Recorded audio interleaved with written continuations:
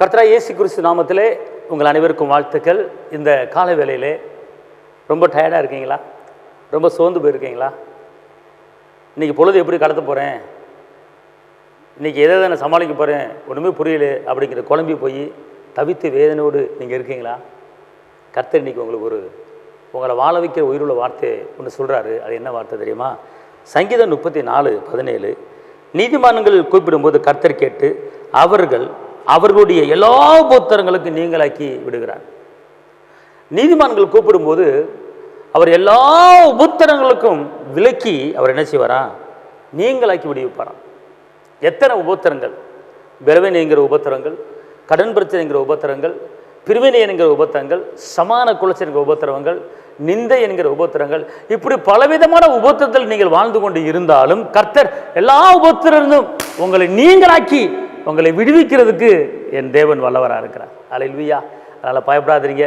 எத்தனை உபத்திரம் வரட்டும், எத்தனை போராட்டம் வரட்டும், எத்தனை நிந்த வரட்டும், ஒன்றும் கவலைப்படாதீங்க. இயேசுவின் ரத்தத்தால் நீங்கள் நீதிமானா மாறி இருக்கிறீங்க. ரத்தத்தை சிந்தி உங்களை என்ன நீதிமானா மாற்றிருக்கிறார். பயப்படாதீங்க. வெட்கப்பட்ட இடத்துல கர்த்தர் உங்களை உயர்த்த போறாரு. ஹல்லேலூயா. அதனால் பயப்படாதீர்கள்.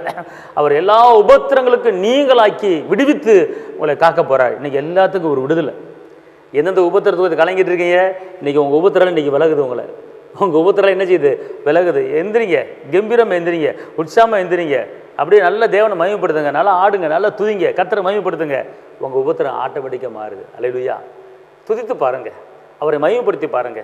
இங்கே இருங்களேன், யூதன் என்றுமில்லை, கிரேக்கர் என்றுமில்லை, அவரை ஆராதிக்கிற, அவரை தொழுது கொள்கிற யாவருக்கும் என் தகப்பன் இயேசுவானவர் ஐஸ்வர்ய சம்பனராக இருக்கிறார். அதுக்கு தான் அவரை துதிக்கணும், அதுக்கு தான் அவரை ஆராதிக்கணும். நீங்கள் துதிப்பாட்டை பாடி பாருங்களேன், ஆராதனை பாட்டை பாடி பாருங்கள், உங்களுக்கு ஐஸ்வர்ய சம்பனராக என் தகப்பன் இயேசு மாறிடுவாருங்க. ஏன் கலங்குறீங்க? ஏன் வேதனைப்படுறீங்க? ஏன் நெருக்கப்படுறீங்க? நாளைக்கு எப்படி சமாளிப்பேன், நாளைக்கு இந்த பிரச்சனை எப்படி சமாளிப்பேன்? கலங்காதீங்க. மழை போல பிரச்சனை வந்தாலும் பனி போல உருவாக்கிற கர்த்தர் உங்களோடு இருக்காருங்க. வானத்தை பூமி உண்டாக்குற கர்த்தர் உங்களோடு இருக்கிறாரு. சரிம்மா உங்களுக்கு?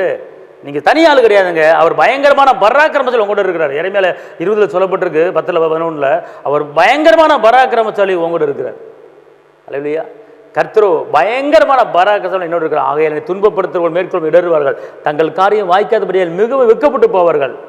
மறக்கப்படாத நித்திய இலட்சி அவருக்கு உண்டாவதாக. ஆனாலும் நீதிமானை சோதித்தறிந்து உள்ளிதிரிகளின் சேனைகளை பார்க்கிற சேனைகளின் கர்த்தாவே, நீர் அவர்களுக்கு சரி கட்டுகிறது என் கண்கள் காண்பாங்க. அப்புறம் இப்படி கிருபையை கர்த்தர் உங்களுக்கு கொடுத்துருக்கிறார். தைரியமாக இருங்க. எல்லா உபத்திரம் உங்களுக்கு மாறுது. உங்களுக்கு நான் செபிக்கிறேன். தகப்பனை இயேசப்பா நன்றியோடு துதிக்கிறேன், ஸ்தோத்திரிக்கிறேன். இந்த நாளில் இந்த வார்த்தை கேட்குற ஒவ்வொருவரையும் நீங்கள் ஆஸ்வதிங்கப்பா. எத்தனை உபத்திரங்கள், எத்தனை வேதனைகள், எத்தனை கஷ்டங்கள், எத்தனை நெருக்கங்கள், எல்லாவற்றையும் சமாளித்து உங்களுடைய பிள்ளைகள் ஓடிக்கொண்டிருக்கிறாங்க. அந்த பிரச்சனையை தாண்டுவதற்கு மான்காலை கொடுத்துருங்க. உங்களுக்கு நன்றியப்பா. இந்த நாளில் இந்த வார்த்தை கேட்குற ஒவ்வொரு குடும்பத்தையும் ஆஸ்வதி பருகு பண்ணுங்கள். இரத்த கோட்டைகளை மறைத்துக் கொள்ளுங்கள். இயேசுவின் நாமத்தில் பிதாவே, ஆமென். கர்த்தர் உங்களை ஆஸ்வதிப்பார். தேவனுக்கு மகிமை.